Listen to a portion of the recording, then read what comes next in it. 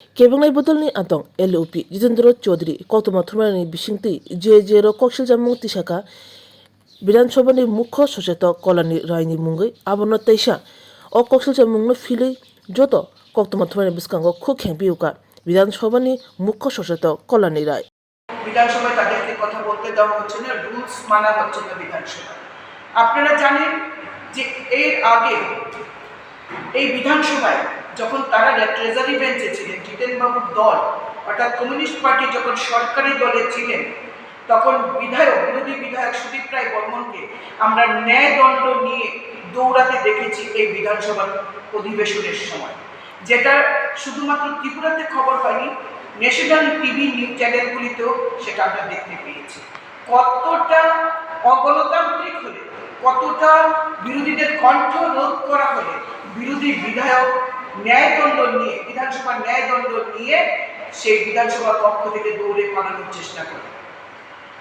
আমাদের রাজ্যের মাননীয় মুখ্যমন্ত্রী কতটা সহনশীল, কতটা সংবেদনশীল, আজকে আমরা আবারও নজির পেয়েছি যে যখন বিরোধী বন্ধুরা এই বিধানসভার অধিবেশন বয়কট করেছে, তখন আমাদের মাননীয় মুখ্যমন্ত্রী সেই খবর পেয়ে অধিবেশনে দাঁড়িয়ে তিনি বলেছেন, আহ্বান করেছেন এই বাজেট অধিবেশনে যেন আমাদের কমিউনিস্ট পার্টির যে বিরোধী দলের যারা রয়েছেন প্রত্যেকে আবার এই বিধানসভা অধিবেশনে যোগদান করার জন্য তিনি আহ্বান রেখেছেন। এবার আসছি, তিনি কিছু অপ্রাসঙ্গিক কথা বলেছেন। প্রথম কথা উনি বলেছেন যে তিনি যখন বিরোধী দলের নেতা হন 20/3/2024 তারিখে তিনি কয়েকবার চিঠি দিয়েছেন, কিন্তু তার চিঠির জবাব দেওয়া হয়নি এবং তার ন্যায্য পাওনা থেকে তাকে বঞ্চিত করা হয়েছে, গাড়ি দেওয়া হয়নি, এই কথাগুলি তিনি বলেছেন।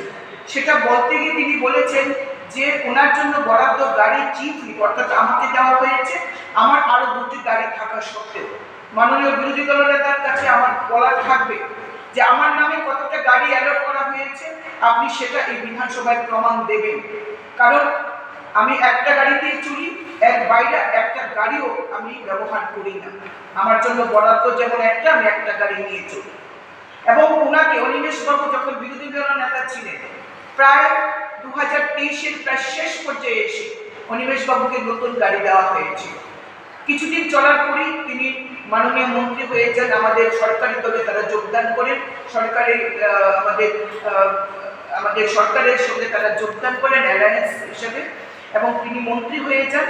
তার গাড়িটা মাননীয় বিরোধী দলনেতা ছিলেন অনিমেষ দেববর্মা, তার এই গাড়িটা নতুন গাড়ি কিছুদিন চলেছেন মাত্র অনিমেষ দেববর্মা মহোদয়, মাননীয় মন্ত্রী প্রাক্তন বিরোধী দলনেতা, তার এই গাড়িটা আমার ড্রাইভারকে দিয়ে, আমার গাড়িটা বড় বড় অ্যাক্সিডেন্ট হয়েছিল, 3-4 দিনের জন্য অনিমেষ দেববর্মা মাননীয় প্রাক্তন বিরোধী দলনেতা বর্তমান মন্ত্রী, তার গাড়িটা পড়েছিল বিধানসভায়, কারণ তখনও কেউ বিরোধী দলনেতা হননি। তার গাড়িটা আমার গাড়ি সারাই করার সাপেক্ষে বিধানসভার মাননীয় অধ্যক্ষ আমাকে দিয়েছিলেন, কিন্তু যখন তিনি চিঠি দিয়েছেন তাকে সঙ্গে সঙ্গে আমার গাড়ি, যে অনিমেষ দেববর্মার জন্য যে গাড়িটা বরাদ্দ ছিল অর্থাৎ বিরোধী দলের নেতার জন্য, তাকে সঙ্গে সঙ্গে পাঠানো হয়েছিল। তিনি সেই গাড়িটা আমি ব্যবহার করেছি 2-4 দিন, এই বলে তিনি গাড়ির ড্রাইভারকে অপমান করেছেন এবং বাজে কথা বলে তিনি ফেরত পাঠিয়েছেন, গাড়িটা তিনি রাখেননি। এবার আসছি যে প্রথমত তিনি যখন বিধায়ক হিসেবে নির্বাচিত হয়ে এসেছেন, বিরোধী দলের নেতা তখনও হননি, তিনি একটা ভাড়া গাড়িতে চলতেন এবং এই গাড়ির মালিক সম্ভবত ওনার বিধানসভা এলাকা, তার ড্রাইভারও ওই এলাকার বা ওনার পরিচিত, কিন্তু এই গাড়ি দিয়েই তিনি চলছিলেন এবং বিরোধী দলের নেতা হওয়ার পরেই তিনি বলেছেন এই গাড়িটাই তিনি কিছুদিন রাখবেন বা চলবেন এই গাড়িতে। কিন্তু পরবর্তী সময়ে যেটা আমরা জেনেছি, তার ড্রাইভার তার ওনার কথোপকথন কিছু রেকর্ডিং করেছে, সেটা তিনি বুঝতে পেরেছেন। সঙ্গে সঙ্গে তিনি মাননীয় অধ্যক্ষের কাছে গাড়ি চেয়েছেন, মাননীয় অধ্যক্ষ মহোদয় 24 ঘন্টার মধ্যে তাকে গাড়ি পাঠিয়েছেন, সেই গাড়িটা তিনি ফেরত দিয়েছেন।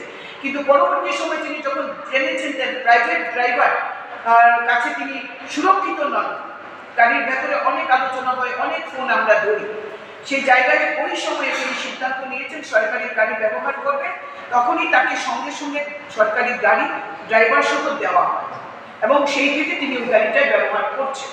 আমার জন্য একটা গাড়ি বরাদ্দ, আমি সেই গাড়িটাই চড়ছি। এবার আসছি প্রাক্তন মুখ্যমন্ত্রী মানিক সরকার, যিনি 20 বছরের অধিক মুখ্যমন্ত্রী ছিলেন, 5 বছর বিরোধী দলনেতা ছিলেন। তারা গরিবের সরকার ছিলেন, গরিবের এটা কমিউনিস্ট পার্টি নাকি জনদরদী, গরিব দরদী পার্টি। এবার তাদের একটা নমুনা আমরা তুলে দিচ্ছি। প্রাক্তন মুখ্যমন্ত্রী মানিক সরকার যখন বিরোধী দলের নেতা হন, তার জন্য একটা ইনোভা, তিনি ইনোভা চেয়েছেন, স্পেসিফিক্যালি তিনি ইনোভা চেয়েছেন, তাকে ইনোভা দেওয়া হয়েছে। সেই ইনোভার যে গ্লাস আছে সামনে, সেই গ্লাসটাকে কেটে, অরিজিনাল গ্লাসটা কেটে রিডিং গ্লাস করতে হয়েছে, অর্ধেকটা কেটে। কেন?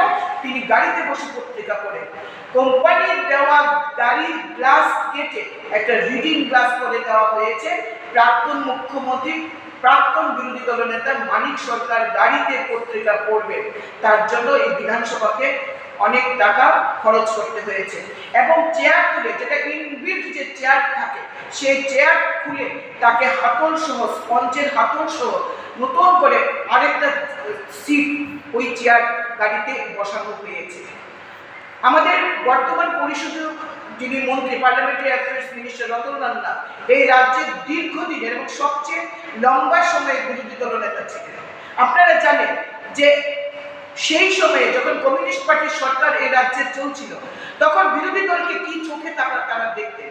আমাদের বর্তমান পার্লামেন্টারি অ্যাফেয়ার্স মিনিস্টার, তিনি যখন বিরোধী দলের নেতা ছিলেন, তাকে ভাঙ্গা অ্যাম্বাসেডর দেওয়া হয়েছে।